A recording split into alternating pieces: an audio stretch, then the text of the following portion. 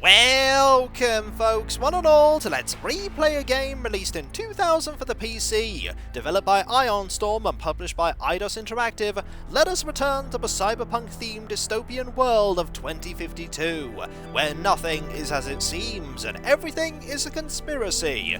Folks, let's replay Deus Ex. I know for a fact that by just looking at this, half a dozen people will have already started reinstalling the game, because that is just what Deus Ex can do.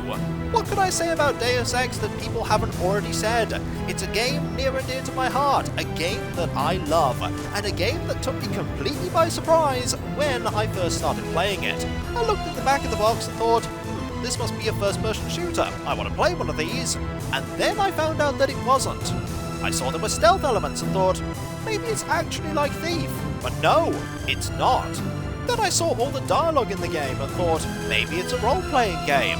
It's not that either. The answer is, it's all of those things. As much of them as you want it to be. If you want to go through the game, guns a-blazing, killing every enemy that you see as soon as you see them, you can do that, and the game will accommodate for that. If you want to sneak past everyone stealthily, try your best not to kill anyone, and use ventilation shafts and hidden ways to progress, you can do that. If you want to explore your surroundings and talk to people and try and glean clues and hints on how to progress and bypass obstacles, you can do that too.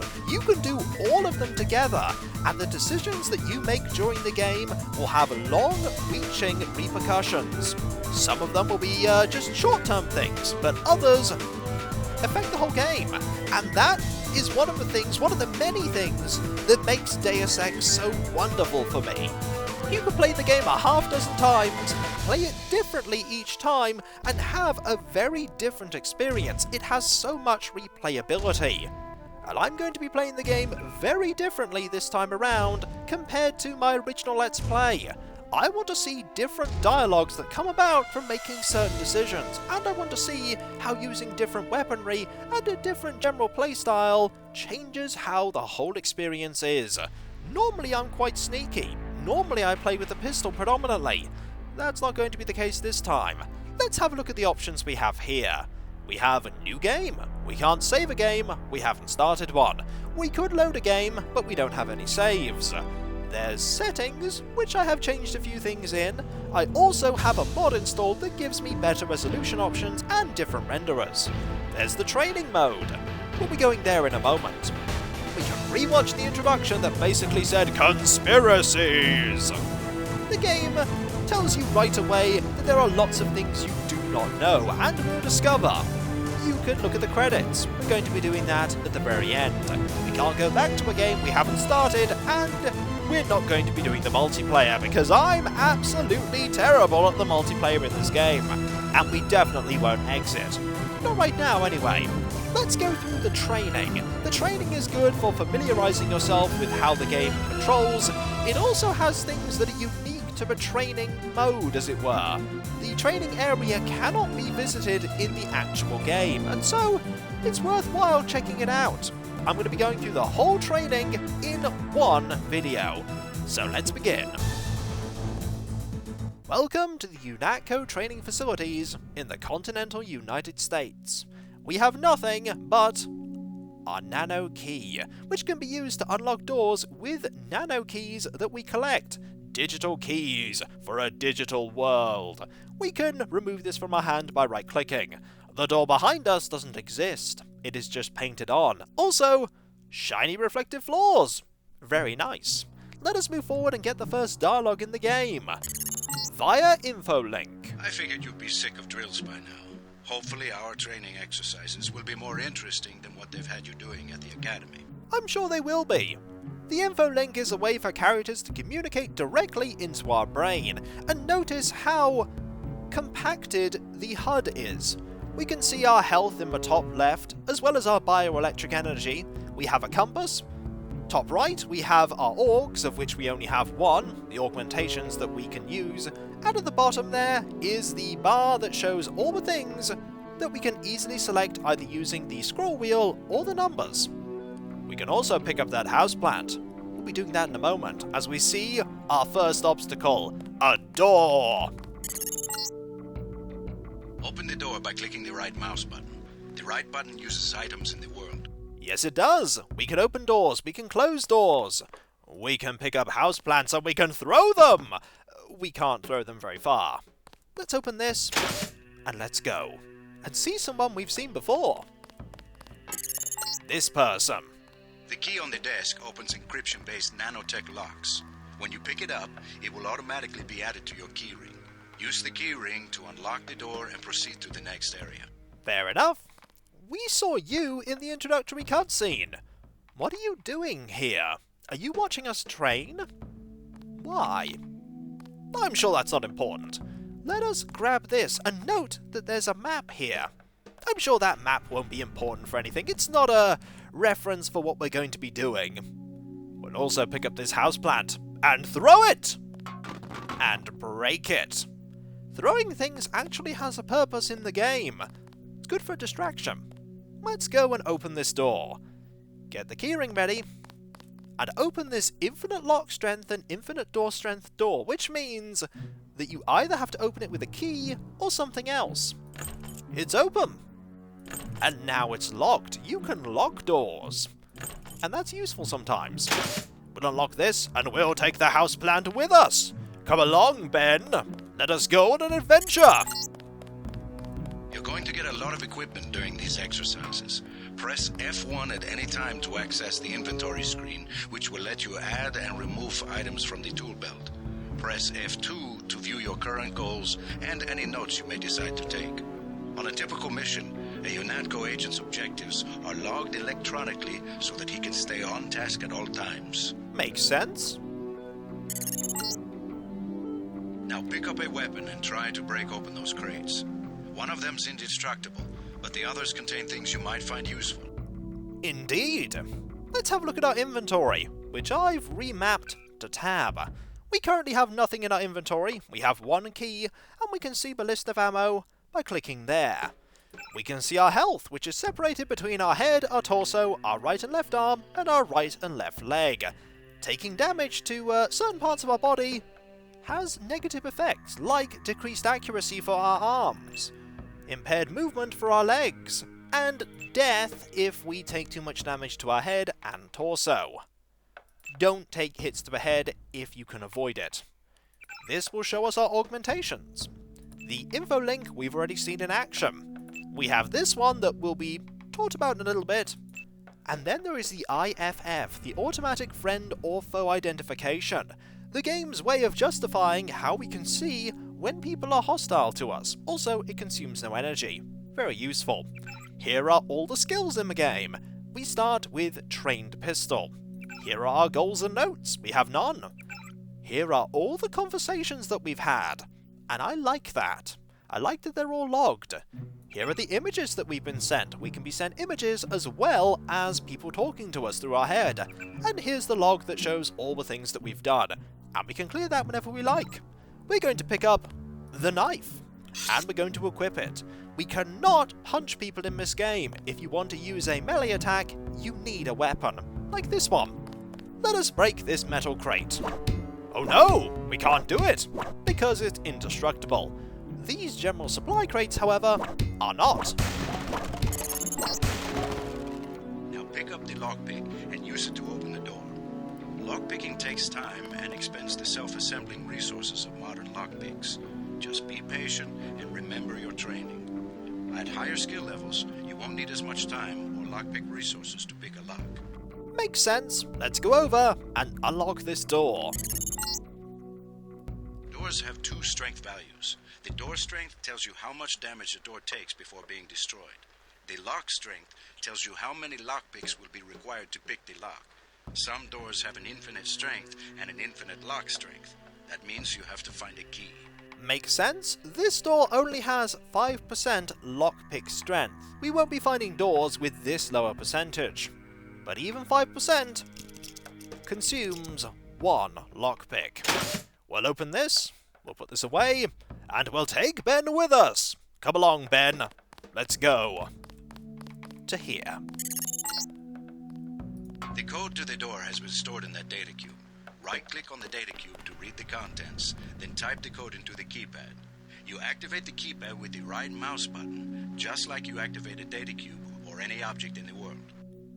If you look at this, this is the blueprints to a weapon that we may get in the game. Let's read this data cube. It's been added to our data vault. We'll make this one easy for you. To open the door, use the code 0012. Got it?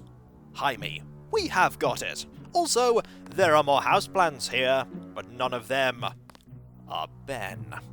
Let's open this. We can either press the buttons here, or we can just type them. The door is open. Come on, Ben. Let's continue our adventure. Over to here. Use the disposable multi-tools on the table to hack the keypad up ahead. A multi-tool's resources are finite. When a tool is depleted, it becomes useless. The manual describes other uses for the multi-tool. At higher skill levels, you'll need less time and multi-tool resources to hack a given device. Makes sense. It's like a lockpick for digital devices. Almost done, but one quick note. I'm not exactly the expert on this sort of thing. For that, you'll have to check in with Sam Carter when you get to Liberty Island. But remember that there's any number of other ways to open a door, including using explosives or finding a security computer. That is true. If you want to read about multi-tools, you can do so right here. I won't be reading every book that we find. I will be revealing the books though, so that you can pause and view them at your leisure, because there's a lot of reading, and a lot of it is just world building. Let's unlock this, shall we? This has 5% bypass strength. Again, much like the lockpicks, we won't be finding things that only have 5%, but even 5% will consume one multi-tool. Note that I had to hold that down to use it. If you move away from the interface there by looking in a different direction, you lose the multi-tool and it doesn't continue progressing. Let's go, shall we, Ben? I'm here to pick up all munitions and equipment. Thanks for the cooperation, Agent. You are the bane of my existence in this training mode. You keep stealing all of my cool things. You aren't done yet. Indeed I'm not. And I'm taking Ben with me. You're not going to confiscate Ben, are you? No? Good.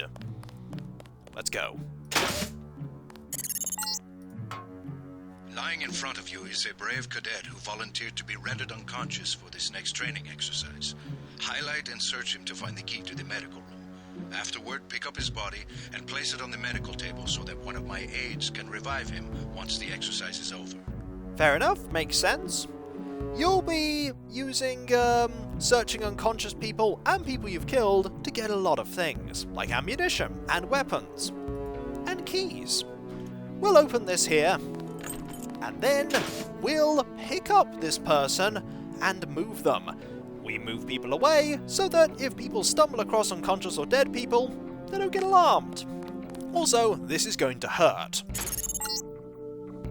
Good work. I'll get someone down there immediately to revive Private Winslow. Move on to the next area. And make sure you check his face, because he landed straight on his face. That's gonna hurt. Come along, Ben! Let's move forward.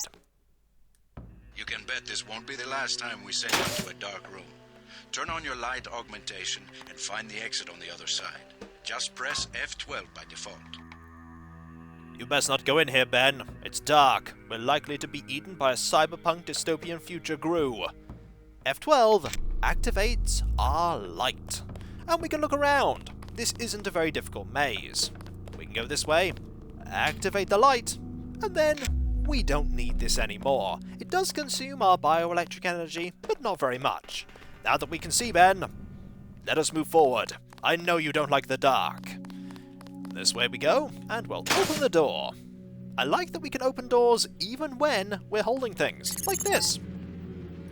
You're not a mech, but you're enough of a machine to need repair bots now and then. If you used up some bioelectric energy getting to the dark area, for example, this contraption can charge you back up. Alright. It can recharge up to 75 points of bioelectric energy every 60 seconds. Let's recharge. It's the same amount of time no matter how much you recharge. Let's move forward, Ben. Congratulations, you completed Phase 1. Move over the ramp into the next rooms to begin learning movement skills. We'll be watching you through the cameras, like the one you can see up in the corner. In the field, Remember that terrorists sometimes use cameras like this in their security grids to set off alarms and alert guards to your location. Oh, that they do. Also, down here are some goodies, teaching you that you want to go off the beaten path to find goodies. Come along, let's go. The camera does not care about us. Oh dear. Jump across the platforms. You'll have to crouch to get under those pipes. If you fall, use these stairs to begin again. Alright, can do. Can we take Ben with us? The answer is yes. I have toggled it so that the crouch button means that we have crouch active all the time until you press it again. You can change that in the settings. We're going to have to jump now, so let's jump. There we go.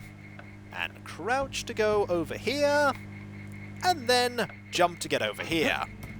Marvellous. We're through! And Ben made it intact. Marvellous.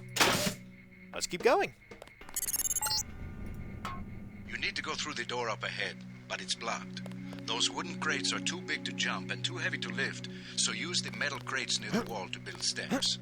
To pick up a crate, walk up to it so that it highlights, then click the right mouse button. To drop something you're holding, you can press the tab key by default. Fair enough.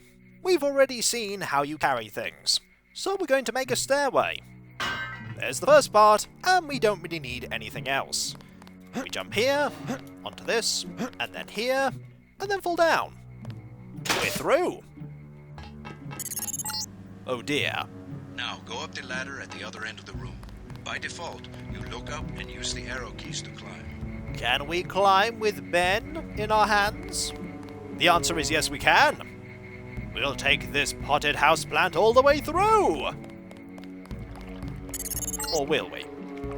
We get some complaints about this swimming obstacle because the water's contaminated. Recruits forget to grab the hazmat suit and end up in my office. Not pretty.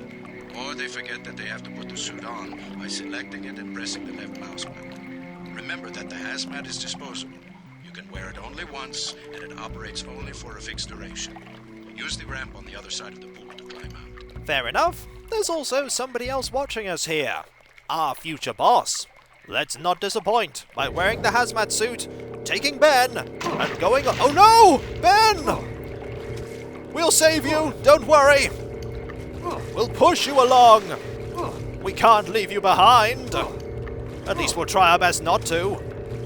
I think that's probably the best we're going to be able to do. As our leg is not working anymore. Can we pick you up? We can! Haha, you're saved. There we go. We'll heal up. These medical bots, normally used for quick healing, are of particular interest to you, JC, because you need a bot's help to install new augmentations. If you took any damage during the swim, now's a good time to get patched up. We can't turn off the hazmat suit really until it expends. Or rather, we don't want to, because it's not going to last very long anyway. Let's heal up. This can heal up to 300 units of health, distributed evenly among your damaged regions. There we go. We're back to full. Come along, Ben. I know you're a bit soggy, but we'll be alright. In your equipment. That's right. No cheating. Ben is not equipment. He's my friend. He's coming on my adventure with me. Got you running the course, huh? Don't sweat it. Everybody has to do it once, even the special agents. Indeed. When Ben gets through this, will he become a UNATCO agent? Probably not, but let's move on.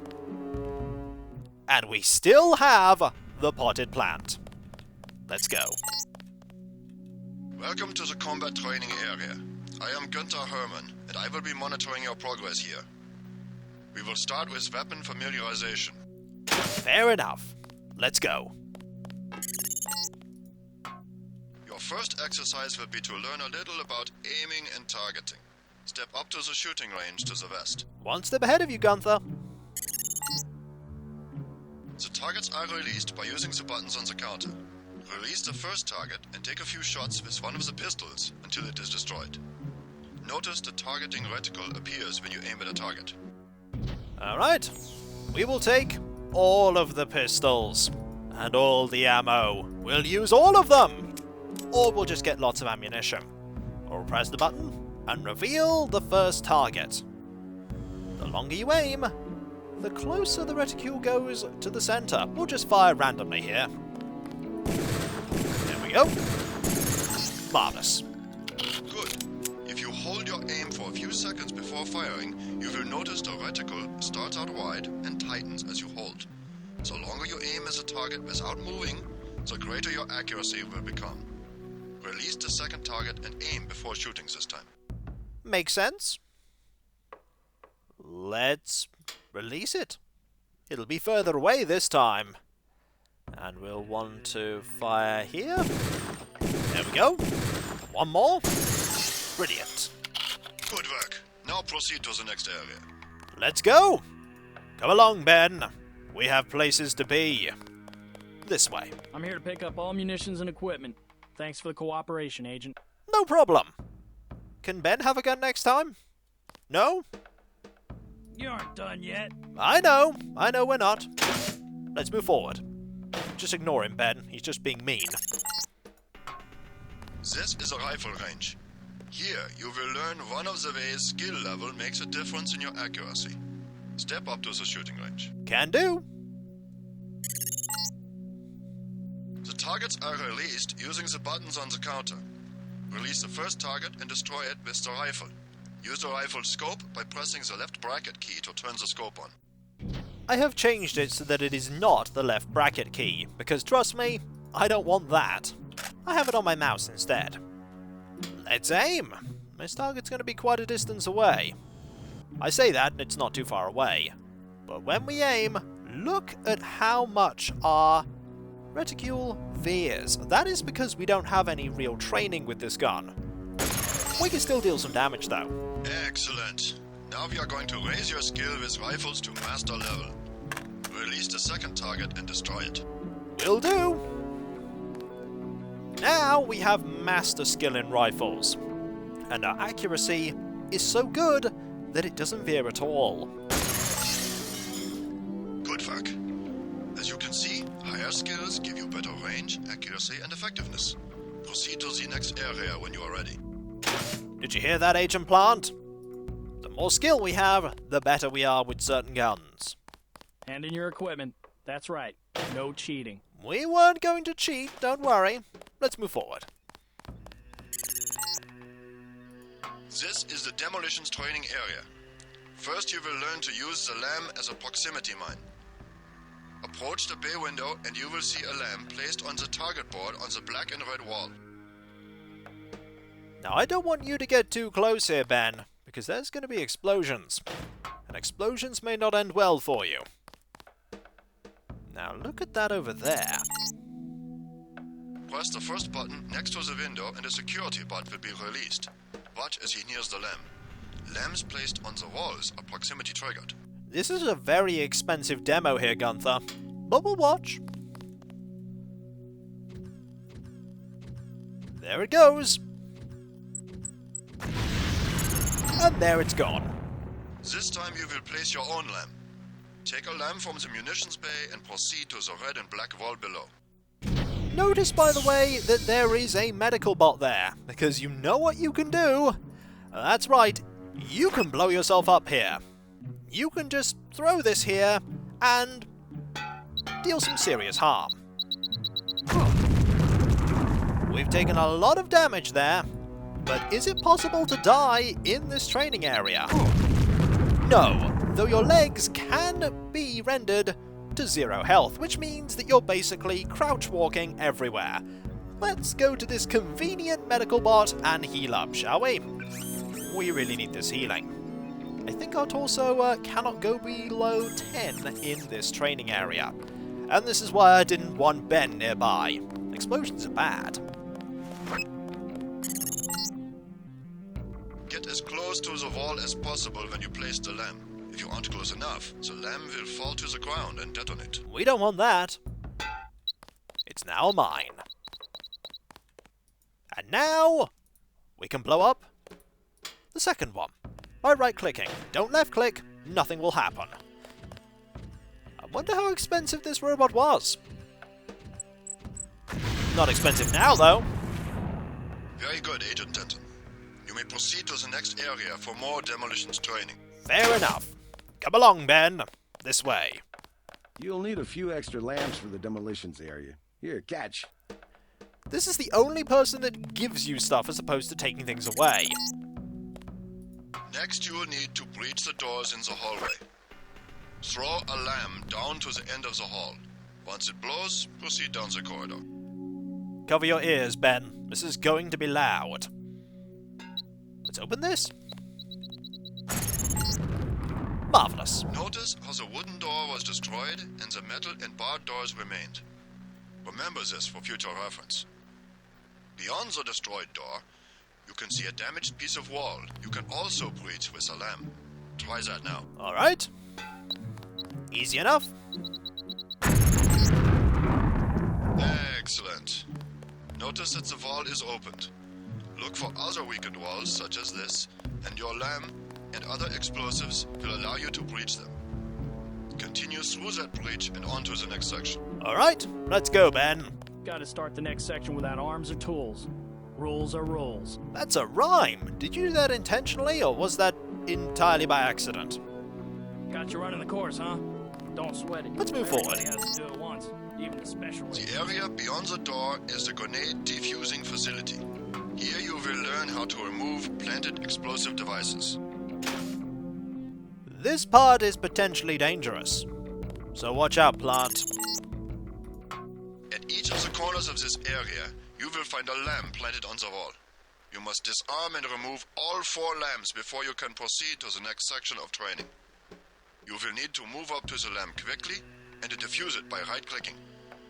A second right-click will remove the lamp from the wall. We want to collect things like lambs and other grenades like that, so let's quickly get this one. There we go. We didn't hear it do lots of beeping. You heard it there, though. Now, you don't have to pick these up.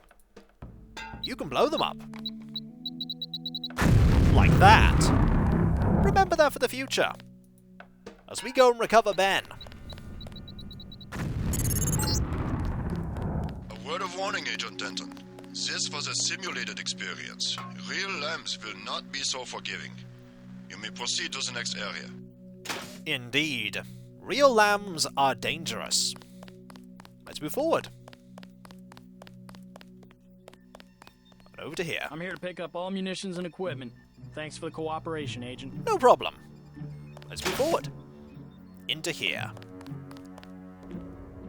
And on to the covert section. Now you will learn to move quietly and conceal yourself, so that you will be able to avoid a confrontation altogether. Fair enough.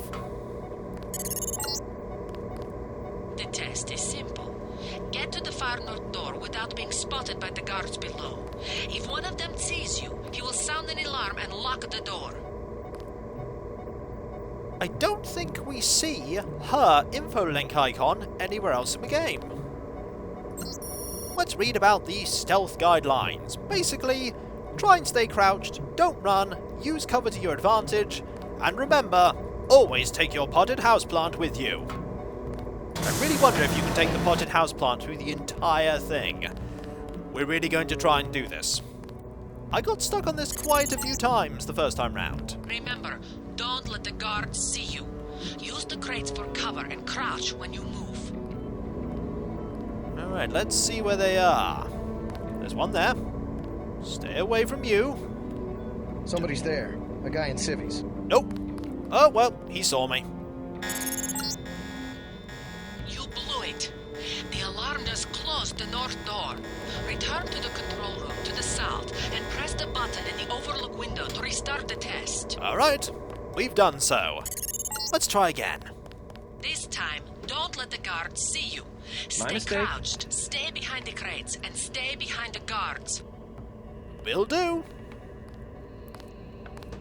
Now we can go this way. Over here. And then over to here. Hey, who's there? The guards can be distracted. Pick up and throw an object near them, and they will go investigate the noise. Bottles, plants, flasks, many things will work. We're going to leave you there. Always remember the 4 basic tactics to avoid detection. Crouch behind concealment. Stay behind enemies. Move slowly to avoid making noise, and use shadows to conceal yourself. Be alert to every possibility. Right, this time we're not going to fail. We're probably going to fail. Go over to here. Now here's something that we can use. Thermoptic camo. This will help us remain very invisible. Quite literally. And with this, we can get through. With the potted plant. Victory! Very good. I hope you remember this lesson, Agent.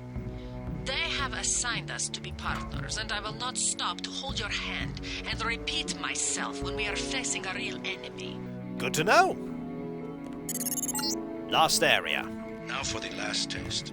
You have to find a way across the river to the exit on the other side. There's more than one way to get there, depending on your approach and the skills you want to use. It's up to you. Make use of the IFF system to identify enemies. The crosshairs will highlight red over enemies, green over allies, and white over neutrals. Fair enough. What do you think, Ben? What should we do? Blow that up using the TNT over there? But I don't have a gun, Ben. How am I going to do that? There's a gun nearby, most likely. Let's see if we can find such a weapon. There's something over there that I might be able to use. There's also this here. Let's see if we can get access to that. AJC, want to cross the water? Lower the bridge. The code is 0089. It's either that or get all wet. But what we're going to do is we're first going to deal with the robot. The robot can see us. We need to be careful of that.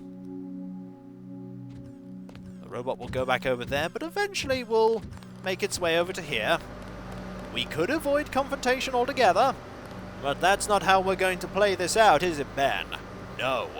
This is a good demo of how I'm going to deal with things in the playthrough proper. Definitely a hostile mech. Are you actually going to go over to here? I don't think you are. That's going to make crossing over... Nope, you're still going. Good. I was about to say that's going to make crossing over there difficult, but we can deal with this. Cover your ears, Ben. This is going to get loud. And we nearly broke our leg, but that's okay. We're fine now. We could have, if we wanted to, have gone over to here and grabbed a few multi-tools, but I didn't feel like doing so. Let us consult our notes here, 0089, to check what the code is. Also, we've seen that person before too. I wonder what they're doing here. And that was me typing in using the mouse as opposed to the numbers on the keyboard. We did it, Ben! We succeeded! You'll be a UNATCO agent in no time. Let's go. Through here. And here. Step up to each hologram for more info. When you're through, go out the opposite door. Will do. We'll start with this one. A deployment of UNATCO troopers is the central component of all UN peacekeeping occupations. Fair enough. We're a member of UNATCO for reference. The NSF, the biggest terrorist threat in the US. This national militia group thinks it is fighting the Second American Revolution. So they're the enemy. Fair enough. What about over here? This Page Industries walking turret, marketed to governments worldwide, is the workhorse of most national military forces. Due to the heavy armor, they take little damage from ordinary bullets. If you come up against a bot, you should use an EMP grenade, scrambler grenade, or some kind of explosive. Noted. What about this smaller robot? An inexpensive security bot, a favorite of third world countries and corporate security divisions. Not so mobile, but don't be fooled. We've lost plenty of agents to its well-armored assault gun. Like other bots, it's difficult to damage with ordinary bullets. Fair enough. What about over here? This is the old augmentation technology, hopefully about to be phased out. Notice the reliance on electronics and servo mechanics. A maintenance nightmare. If I had 2 credits for every repair manual that made me file in my office in the med lab. But what about the future? The Coalition's new nano-augmented agents are nearly indistinguishable from the general population, except that you and your brother don't know how to smile, even for a picture. Thanks for justifying why we never smile in game. And finally, the obvious hidden button. Come along, Ben. We've earned this secret reward. Let's go. Step over to the communicator. There's someone who wants to talk to you. Is it you? Manderley likes to hear which agents find this area. They're usually the ones who take terrorists by surprise in the field. Your brother Paul, for instance. All right, carry on. Don't let it go to your head. We won't, will we, Ben? Come on, let's go. We've seen all we need to see here, and we've pretty much gone through the entire of the training. Sufficiently impressive. An early success for the whole organization. Thanks. You from the United Nations? Your augmentations are a go. The real test comes next. Active duty. I'm ready, sir. Yes. Yes, you are. We want to pick up Ben again. That was Bob Page. By playing the training, you get to figure out the name of that person. Let's move forward. And through the door. And through to here. And Ben gets unceremoniously thrown at the main menu. I didn't know that would happen. But this does make me think that this is an area that effectively we're loaded into right now. And that's cool. What else is cool is that this game does all of its cutscenes, of which there are only a few, in the game itself. There are no FMVs, as it were. And that's the training done. We're ready. Ben's ready. And when we come back, folks, we will start the game proper. We may in fact find Agent Ben out in the field. And if we do, we know that he's got our back. And so, when we come back, folks, the game proper. And I'll catch you next time, folks, and I'll see you then. Later.